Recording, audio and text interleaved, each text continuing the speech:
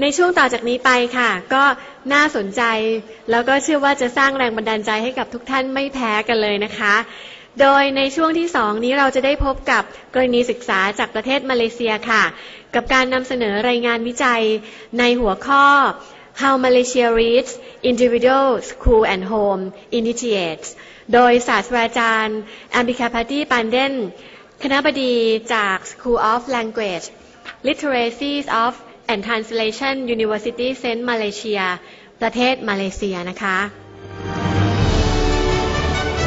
ค่ะและระดับจากนี้ขอเรียนเชิญนะคะ May I invite Professor Ambigapathy Pandian Dean School of Language Literacy and Translation Universiti Sains Malaysia นะคะขอเสียงปรบมือด้วยค่ะนะคะท่านเป็นศาสตราจารย์ด้านการศึกษาและภาษาศาสตร์ค่ะมีผลงานวิจัยมากมายเลยเกี่ยวกับการใช้ภาษาและก็การรู้หนังสือการสอนภาษาอังกฤษให้กับผู้ใช้ภาษาอื่นๆนะคะทีนี้ปัจจุบันท่านดำรงตำแหน่งคณบดีนะคะที่ School of Language University Sains แล้วก็เป็นนักวิจัยของสถาบันการศึกษาระดับสูงแห่งชาติสังกัดกระทรวงการศึกษาด้วยนอกจากนี้ยังดำรงตำแหน่งประธานคณะกรรมการการเอเชียเพื่อการพัฒนาระหว่างประเทศของสมาคมการอ่านนานาชาติด้วยค่ะขอเชิญท่านรับฟังศาสตราจารย์ Ambigapathy Pandian ได้เลยค่ะ Thank you สวัสดีครับ Good morning I wish I could speak Thai, but need noi, very little, so sorry. Right, if you look at my title, How Malaysia Reads Individual Home and School Initiatives, that's my presentation. But before that, I would like to take this opportunity to thank the organizers, Thailand Reading Conference on Reading, the Thai Knowledge Park Committee, the wonderful people who have been very hospitable, and my special thanks to Ms. Subhatra for inviting me, and to all of you for being present for this, I think, a very noble and a very humble journey that we are taking on reading.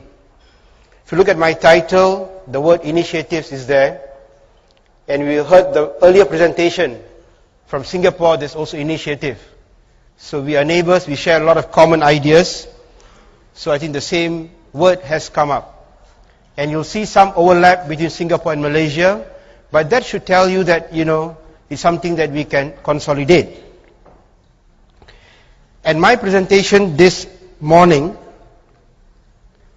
I'll give a short introduction on what is reading, give you some scenario on reading in Malaysia, what are some findings, some intervention strategies that we have taken to improve reading, and initiatives, and a short conclusion. Now, when we talk of reading, we always see reading as pronunciation. In many classrooms, reading is seen as pronunciation, but for the purpose of my research and also for today's presentation, reading literacy is something that we need to understand, use and reflect on written text in order to achieve one's goals, to develop one's knowledge and potential, and to participate effectively in society. We want to participate effectively in society. You had an earlier presentation this morning talking about ASEAN, how we get together. That is participation. And where does participation come from? The basic, that is reading. And reading is the one that empowers. I am here today because of reading. You are here today because of reading. If you look at my name, you have a doctor there. I am a doctor of books. And I tell my doctor friend, medical doctor, you cut with your knife. I cut with words. We cut with words. And we are more powerful than the medical doctors.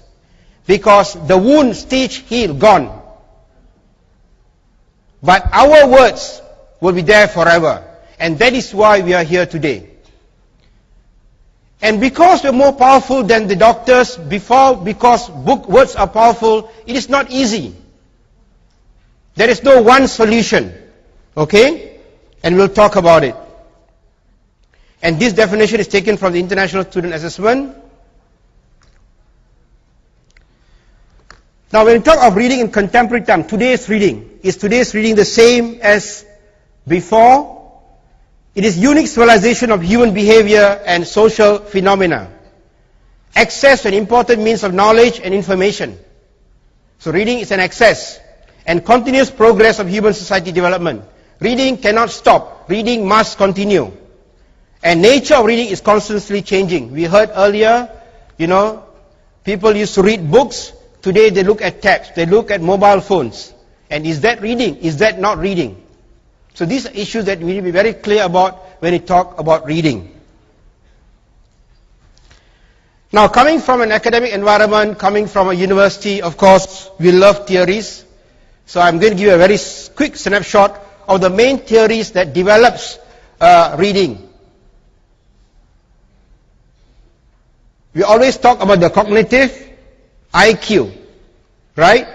That means we read, we understand, then we use. But today we go beyond that. We have many different approaches. One is a top-down approach by Goodman, the interactive approach, and then the bottom-up approach. Meaning, we use prior knowledge to understand the text. And we also know that readers create the meaning. It is not the writer who creates the meaning, it is the reader who creates the meaning. So these are some of the theories, approaches that we have taken, and I'm sure you can read that in my paper. And I also must thank the organizing committee for doing an excellent job in translating both in English and in Thai. Wonderful job. Now, reading in Malaysia is very diversified. Coming from a multilingual, multi-ethnic country, you find that there are different ethnic groups and they read differently. Of course, gender, we see girls reading more. Age is also an important factor. Geographical location is also important. Where they are from in Malaysia, I think same like Thailand, we have urban, rural, right? Also the socio-economic status, whether the family is rich, whether the family is poor, whether the parents can read, whether the brothers sisters read. So that kind of environment also affects reading.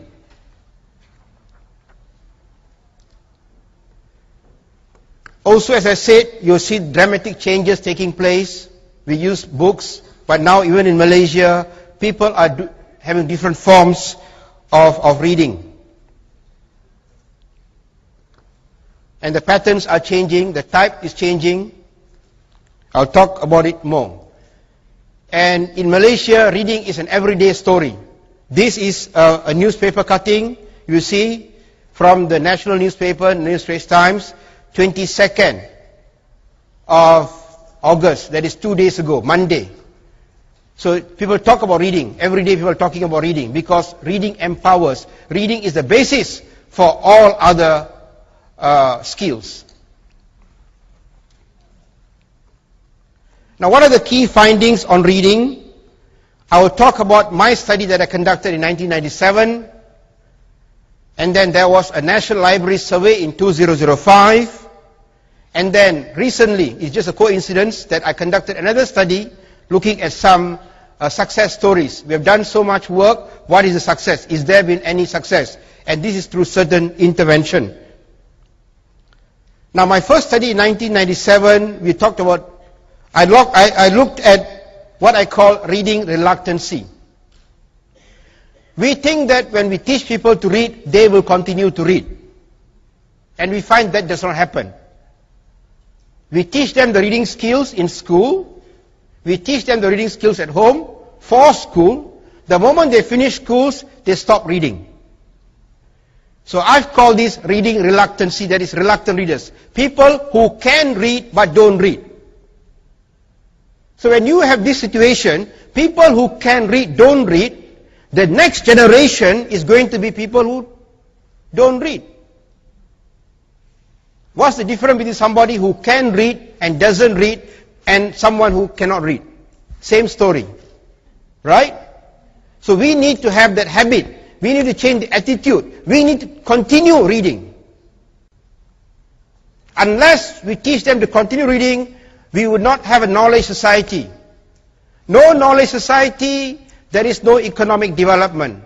No economic development, how to be with other partners, other countries? If Thailand wants to be part of ASEAN, if Malaysia wants to be part of ASEAN, we must be strong ourselves.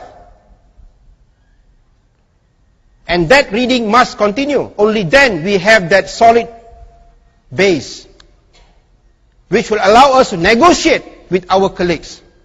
We say one ASEAN, one society. No, unless we are on equal field, on equal platform. Equal platform comes with equal reading, equal knowledge.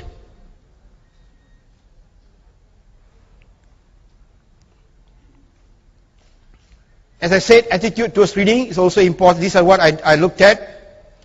And of course, the family as a socializing agent and the school as a socializing agent. And every time the school says home, home says school. Every time fighting. But the reality is, every child may not come from a good home. But every child has an opportunity to go to a good school. What is a good home? A good home, you have parents who read to you, who love you, who cuddle you and all that. But today, the reality is, you have parents, but the child is an orphan. Why? Father in Bangkok giving a conference. Mother in Singapore giving a talk. Tomorrow come back, father goes somewhere, mother goes somewhere. Father working, mother working. The child becomes an orphan. And how do you treat that child? As if he comes from a good home. No. That is the reality. Now what is a good school? Air-conditioned room, multimedia? No. A good teacher. Passion, love for reading. As I was telling my colleague the other day, the problem is, in my country, many of them are teachers because they don't want to be teachers. You get my point? Many of them are teachers because they don't want to be teachers. And how to teach a child? How to teach a child? How to teach reading? That is why many children in the house, they love reading. The moment they go to school, come back, they don't like reading. I'm not telling all teachers, but this is the reality. Because you study for exam, okay? And then how active are they in acquiring the materials? How much time do they spend in reading? How ready are they in reading? Is there a value to reading? Is there habitualness? So for example, a statement like, I walk to a doctor's office, a clinic. I walk to a room. I see books. The seeing is already some kind of value. Right? And then you read the book. Then you recommend the book to people. And that is the habitualness. That is the value attached. So I looked at these factors. And what were my main findings? Female students have positive attitude towards reading. Now what is my recommendation? Men become female. And then you read. No, this is just an indicator, okay? But there are other factors. Let's look at it. Reading models at home help nurture love towards reading. That means if somebody who reads at home, then he or she will influence reading. Because reading is caught. C-A-U-G-H-T. It is not taught. You get what I mean? Meaning, if I read, others will read. The problem is, if you are people who can read and don't read, go home, don't read, how to create that model? You know what I mean? That is why earlier, as I said, the reading, continue reading is very important.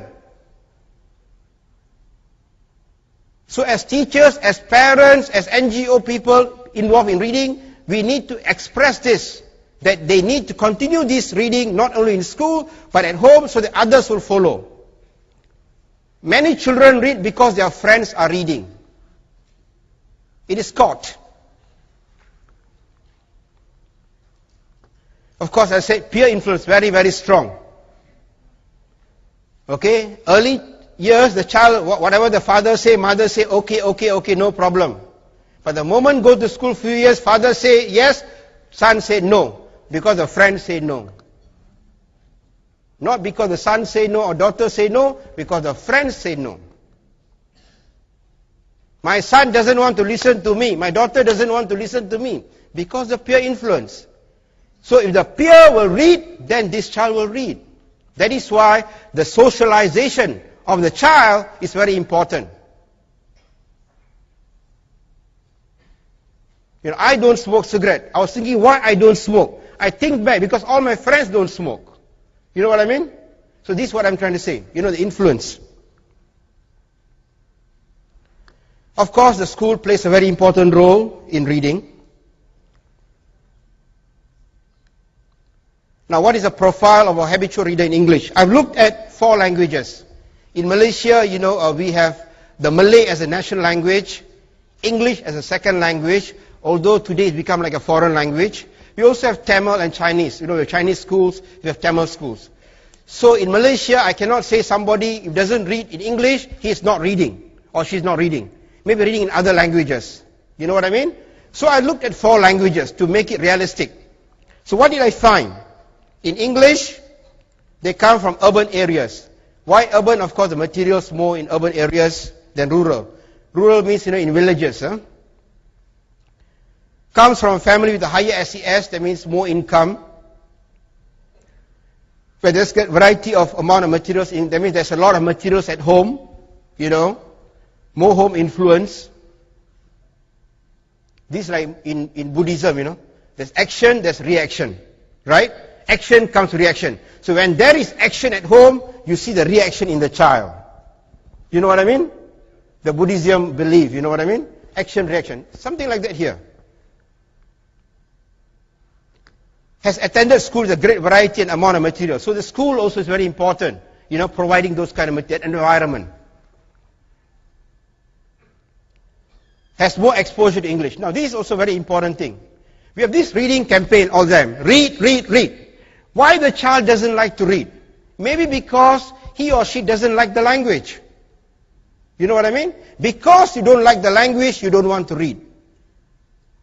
So to tackle the problem of reading, we must also tackle the problem of language. So first we need to change the child's attitude towards English. Only then can we change attitude towards reading. You get what I mean? It cannot be done separately. It has to be synchronized. Of course, has a more positive attitude towards reading in English, as I said. Now, this is the Malay language. Now, interestingly, for English, they live in urban. For Malay language, they live in rural areas. Of course, it's a Malay, Malaysian Malay, native. Same story, variety. Same story, greater amount in the Malay language. More exposure to Malay and positive attitude. So you find the factors are the same, except that they come from rural rather than urban. Now, in terms of the Chinese language, we're talking the Mandarin language here, lives in an urban area, comes from a family with higher SES, a female rather than a male, comes from a home with great amount of reading material, same story, attended a school with more positive teacher influence. So Chinese, minority language, teacher very important, variety of materials in Chinese, a larger reading area library, more friends read in Chinese, so the friends influence them. Okay? In Tamil, also a minority language, they come from rural. Chinese, urban, minority, Tamil, rural. Maybe because the majority of the Indians are living in rural areas. Lower SES, not higher SES. Very interesting. So comes from a whole wider variety. So this is the same story, more variety. Attended school with a greater amount of material. That means the school plays an important role. Peer who reads, so the peer influence is important. So the conclusion you can draw from all this is that the school plays an important role. The home plays an important role. Now this is the National Library Survey. Okay? They find that Malaysians read less than 7 pages a day. And they read just for passing exams. And the older we get, the less we read. No time. Very busy. Right? No time to read. But that is always an excuse. Age 10 to 24, 55% read books. 25 to 56, 39%. 57 and above, 6%. So the older we grow, the less value for books. Maybe you got more money or less money, I do not know. Okay? Reading not a favorite pastime, prefer watching television or internet. Maybe the older we grow, cannot carry a book. Right? Sit and relax and watch TV. But is that reading? We can also ask. Huh? Now the 4 reasons or motivation for reading within the Malaysian context. 1, reading for task performance, job related. People read because it is job related or studies. So there is a reason for them to read. No reason they don't want to read. So reading is not for pleasure. Okay? Those who read for pleasure is entertainment, art and culture, recreational. Reading for knowledge, history, philosophy, religion, science. And reading for empowerment, self-empowerment, decision making and planning. Now the level of importance is less for reading for knowledge and then less also for reading for leisure, reading for empowerment, but it goes for reading for job related or studies related. So people read because the job requires them to or because the studies requires them to. And that is the reason why they read. Okay?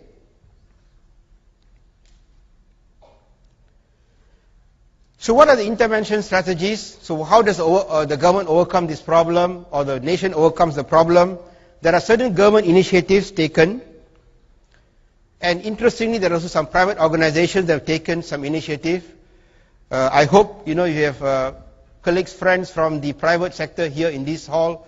I thank you very much for taking the responsibility to improve reading because that matters.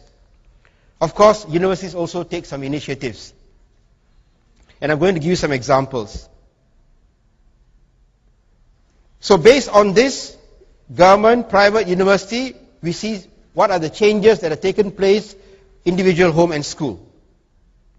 So in Malaysia, the main government agencies involved are the Ministry of Education, schools, Ministry of Higher Education for universities and polytechnics. We have 2 ministries for education. Education for schools, primary, secondary, and then higher education for polytechnic and universities.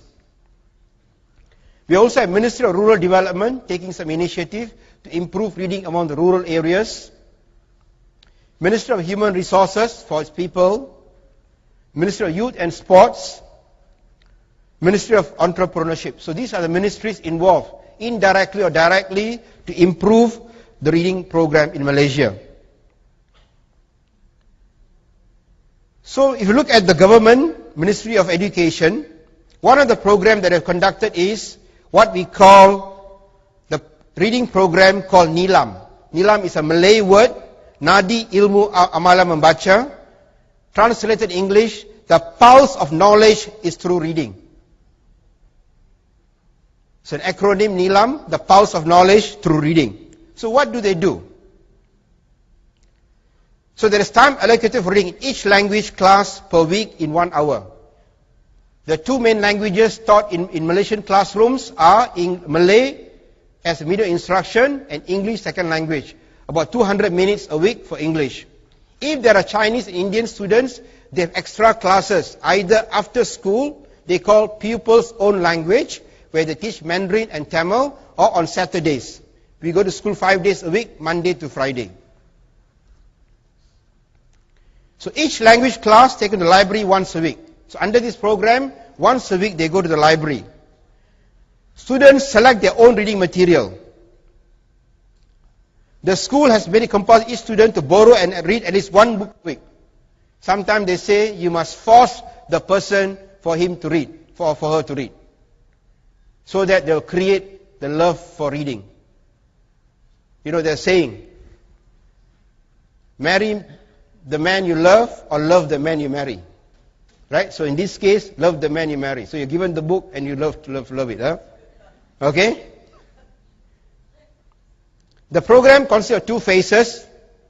One is Jauhari, I'll explain later. And then Reader's Friend. So what do? Under the phase 1, we build the skills and interest in reading. Before we go to the habit, we teach the skills and interest first. How? Compulsory to follow the reading activities, using available facilities to borrow books, and assessment begins through year 1 through year 6. So in Malaysian schools, the child goes to school at age 7, 6 years, 12 years, they call it elementary or primary school, then secondary school for 5 years, year 1 to year 5. Then upper secondary, 2 years, lower secondary, upper secondary, then they go to the university. Okay?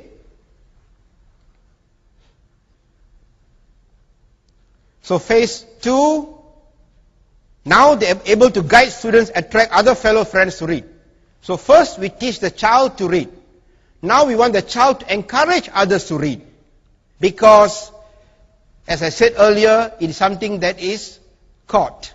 We want that environment, we want them to have that habit, so it is important for them to ask others to read too. Okay? So here, they are supposed to read about 100 book titles before they go to phase 2. So before they can encourage others, we make sure they read about 100 titles. Okay? They're guided by the teachers, they borrow from the school resource center, okay? And they share with friends, family members, neighbors and others. And we also give them marks because you're in a school. Examples of reader-friend activities, storytelling, reading together. Let's talk about books, borrowing books, forums and book reviews.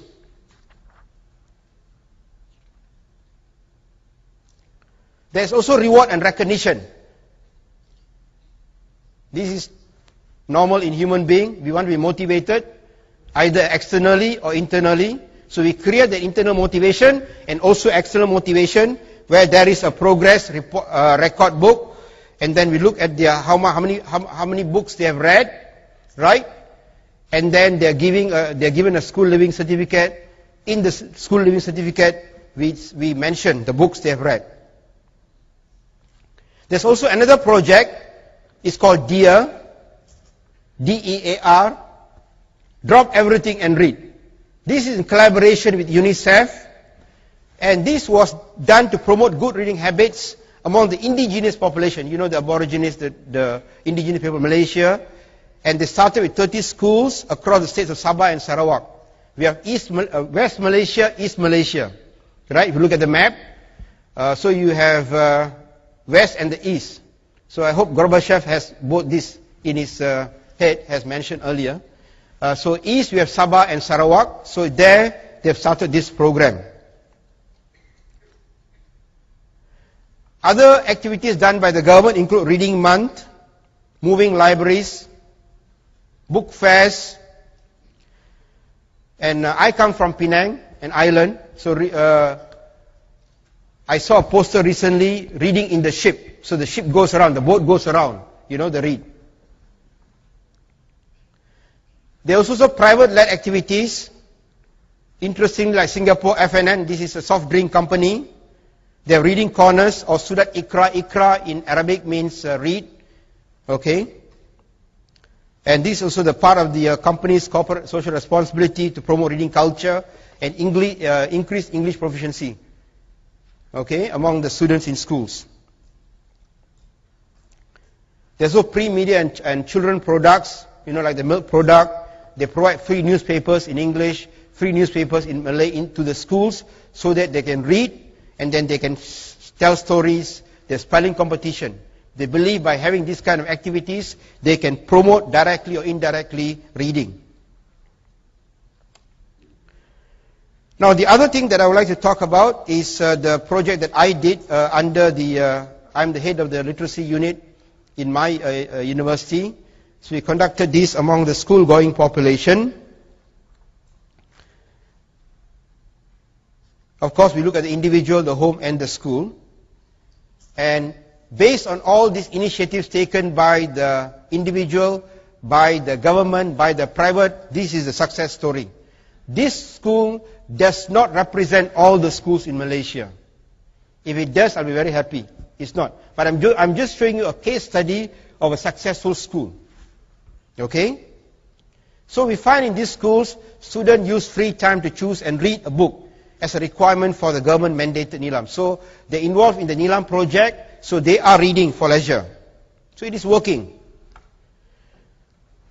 They were reading before the assembly. Every Monday or Friday they have assembly, meeting of all the students. So before the meeting they read, as well as during lunchtime, students are reading. They visit the library during lunch break and after school hours. They have used their own laptops to complete reading tasks, so they are seen doing reading activities. Apart from traditional, the books, we also find they are reading online materials, okay, and browsing through websites to gain information, the computer labs and individual laptops. So there is reading taking place. So meaning the Nilam project has brought some success. They are aware of the availability of reading materials apart from printed text. They take advantage of technology. A large portion of students observe to focus more on traditional printed text. They utilize technology in helping to interpret reading materials, for example, using online dictionaries and encyclopedia. That means they are using that. The attitude towards reading has moved on from conforming the need to read for education to reading for knowledge. So now things are changing in Malaysia. From education, they are going for knowledge. And this social media is actually helping them. Although they read traditional methods, they read magazines, newspapers, storybooks, only 26% read online. Now, what are the home initiatives taken? Parents spend their time after dinner every weekend, facilitating with their children in reading. Although there is no area, but some homes now already got mini library. Because father, mother reading, father, mother no time to read, they put a library at home. Okay? So children are able to select a book whenever they are free because it's available now. As my studies have shown in 97 and also in 2005, availability of reading materials at home is important. Right? So that has an impact. Since they have their own mini library, so they don't go to the public library, but once in a while they go to bookshop to select new titles. These are children from high SES, parents have money. Of course, money matters, as you saw in Singapore, 1 million, 5 million, you know what I mean? So, of course, it's important. You also see, other than parents, older siblings, the brothers, sisters, reading, their younger brothers and sisters. 85% respondents mentioned they observe their parents reading at home, indicating that there's a reading culture in the household. So this is very important. Unless you have a reading model at home, it is very difficult to nurture reading. And that is why, as parents who can read, we have to go back and read. Although we are now working, we see there's no need to read. Because our reading is not only for us, but also more important for the children to read, not for you. You have read already, okay, no problem, you got a job. Don't say that stops there. You must read so that your children will read. We also found in Malaysian homes, children who do very well in school, get all the A distinction. Many parents sacrifice. From 8 o'clock at night until 10 o'clock, they don't watch television. Parents, they switch off television, sacrifice, so the child read. Otherwise, the child is studying for exam or preparing, their schoolwork. Otherwise, what happens? You're on the TV, you're watching, you go and study. The child study, the mind is on television. The body is in the room, the soul is in the television room. You know what I mean? So this is very important. Okay, again supported by 75% of the respondents. I don't have much time, I got to run quickly. Parents tend to use traditional text. New form of media, of course, helps. And then 65% of the respondents read with their family members. And what about the school? Now the schools are using storybooks, novels in the curriculum. So in the English classroom, it's not only textbook, but also not only focus on grammar, but also they're using novels. Also co-curricular activities on reading. There's debate, storytelling, public speaking, reading-based activities to promote reading. Although many said that they read outside school, so you see that it is not confined for academic only. So the reading project, you find that each student records books read in a specific book. So teachers confirm the reading project, the reading, which means all this happening outside the classroom. I've already spoken about this, I'm not going to go.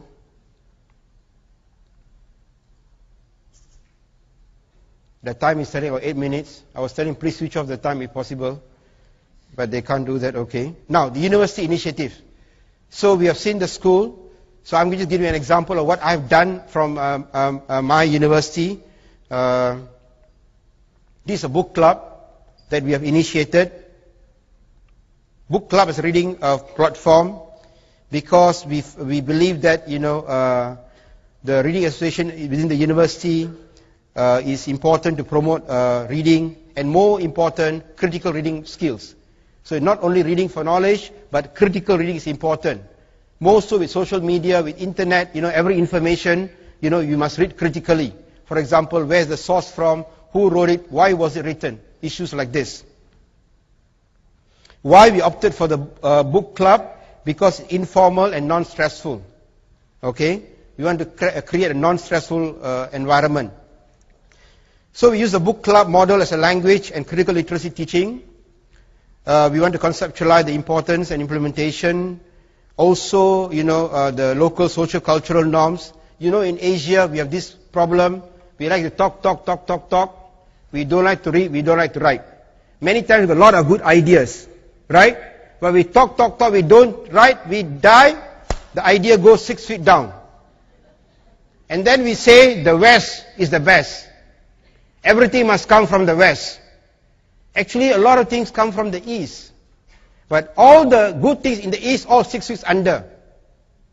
Because we talk, we don't write. No time to write. We love to talk. So we say, okay, we use this. So I said, let's look at this habit. How do you transform this habit of talk into reading? Okay?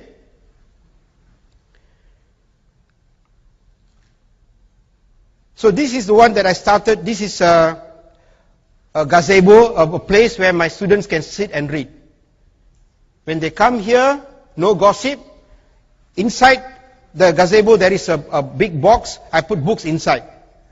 Okay? So they can read wherever they want. Okay? So why we adapted? It's informal, as I said. The original book club concept, there's a lot of flexibility among the students. And then the club image was also to attract, as you see the gazebo there. And you want to empower the principles of book model. I don't want to go into the theory, I've done that. So these are the important theoretical framework: socio-cultural learning, community learning, private space, man as a social animal. We like to be socialized. So reading is not taken just on cognitive, but also as a socialization process. So you want to gossip of what you read from the book. Okay? All the gossip must come from what you read. So what are the advantages of Iqra? Iqra is reading. Read. In the Quran, the Holy something like the Bible in the Muslim, right? It says read. But we translated Iqra as Integrated Quality Reading Approach. IQRA. Okay? Integrated Quality Reading Approach. Because it facilitates interaction, discussion. And also empowers the reader. Why? Because the reader selects the book, she reads and shares with other people. And there is no direct or indirect assessment. Because the moment there's assessment, it becomes very exam-oriented. Right? So this is for pleasure. Some pictures to show you some of my students, undergraduate students. And what we did actually was to get my undergraduate students, my postgraduate students, and also my admin staff. We wanted to get the whole community involved. So this book club project was among the undergraduate students, postgraduate students, and my support staff, admin staff, including my driver, my clerk, and my admin staff. So we had a launching of the book club because of many international students. So international flags, you see there. This is the gazebo that I showed to you.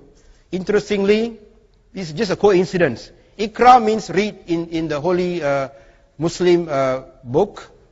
And S-O-L-L-A-T, Solat means pray in Malay. But it's an acronym for my school. School of Language, Literacy and Translation. It's a very interesting acronym. Huh? Pray and learn, yes. So this is my Vice Chancellor, the President of the University, doing the opening ceremony for the book club. We also get the police, public to come. You see the books there, inside the box, as I told you earlier. The one in green are all my staff, but the one in the middle is the Vice Chancellor, students.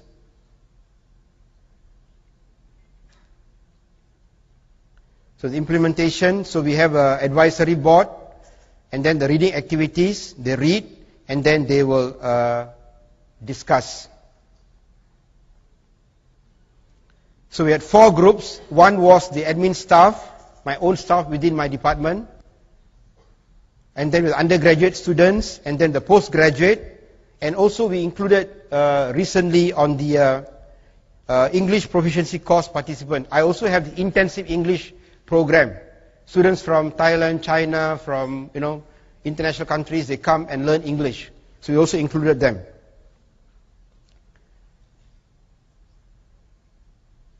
So we have a reader advisory board will decide what are the objectives, what we want the students to achieve, what we want my admin staff to achieve, what we want the postgraduate students to achieve, what we want the English students to achieve.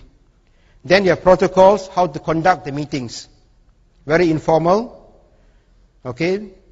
So this is an example of students discussing their work. So they drink, they eat, it's very socializing. Okay? So the reading activity and discussion. So the word read is an acronym for reading activity and discussion.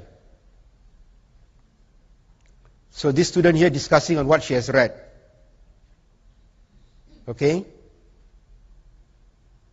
Then we have the protocols outlined. I don't have much time. So what were the initial evaluation? We find there's a change in the attitude among the students. They're motivated. There's cognitive improvement. Among the admin staff, they're more relaxed. They get together. There's collegiality among the staff. They're motivated to find how to connect social problems they read to the office scenario. So the kind of things that they read, we try to connect with the actual work problems. You know what I mean? So informally, we also get a lot of solutions to the work problems. So they also learn about how to communicate, so that this admin staff can also go back and transfer the reading habit with their children. You know what I mean? So just because he's my driver, just because he's my clerk, we cannot say he shouldn't read.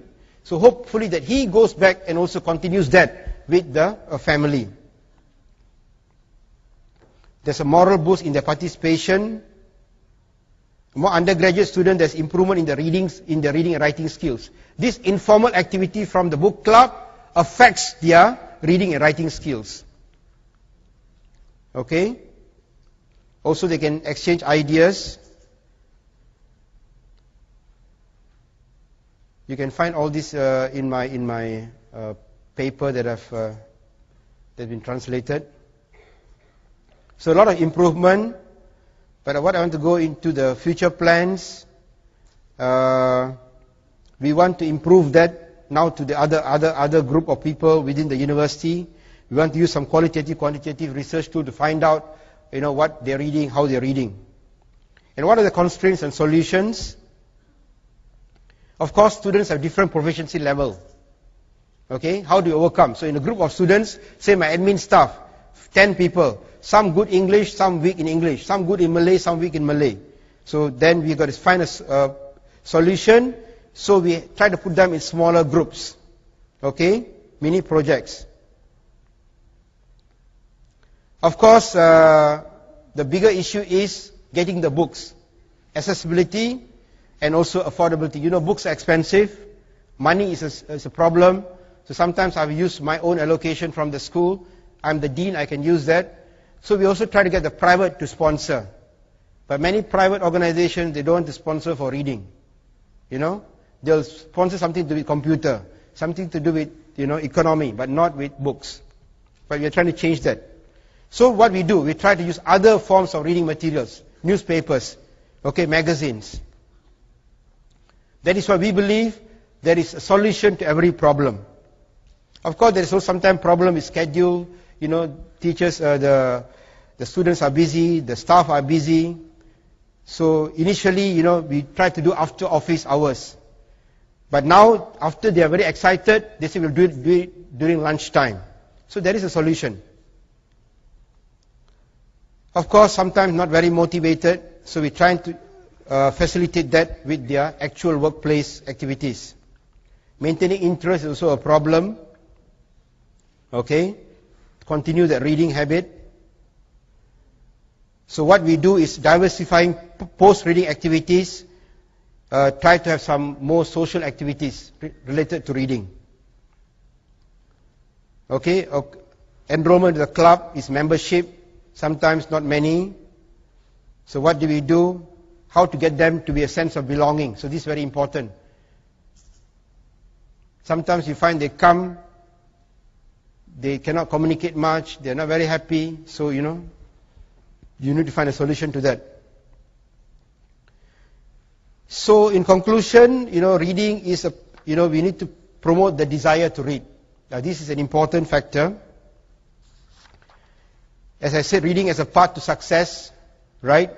They need to master the skills. Of course, curiosity for understanding, and then originality, the need for expression, and of course, relationship. So reading is not just for individual. People say, you know, it's the best friend is your book because you can be individual, but that must change. You must now bring books for social, for people, because we are now moving in a world where we need networking, where we need to interact with people.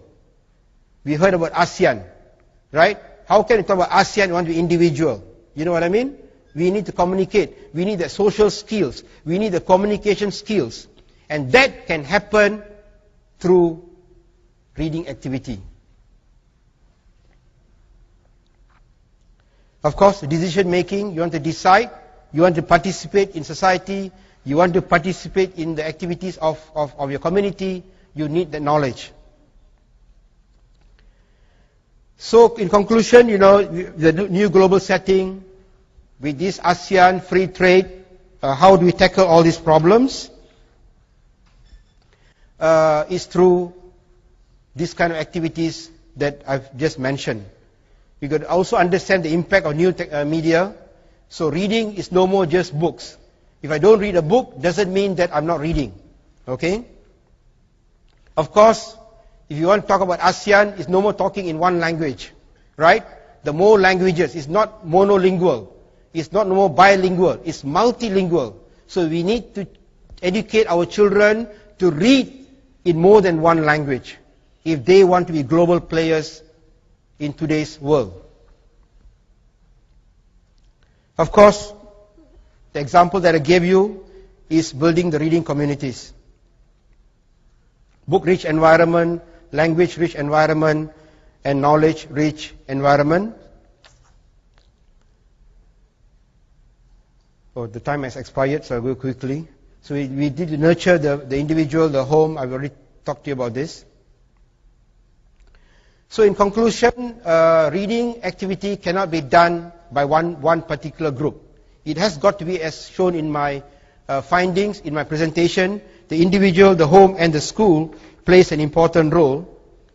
So the reading communities, the knowledge communities, and the the individual, the home, the school, the reading community, knowledge community is the action. And the reaction is the participation in human society development. And one way to measure whether people are reading or not reading is you look, this is in a train, this is in America. Let's look in Malaysia. See what they're doing? Not much of reading. Okay? Either they're dreaming or looking outside. So reading is a basic tool in the living of a good life. No matter how busy you may think you are, you must find time for reading or surrender yourself to self-ignorance, as Confucius says.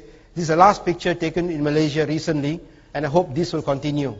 And the programs that we have done is improving. And I hope that, although I'm talking about Malaysia, I'm sure a country like Thailand can also contextualize some of the activities that I've mentioned. And as I said earlier, it is important. This is a journey that we are taking, a humble journey that we are taking, and it's important for us to create that awareness of reading.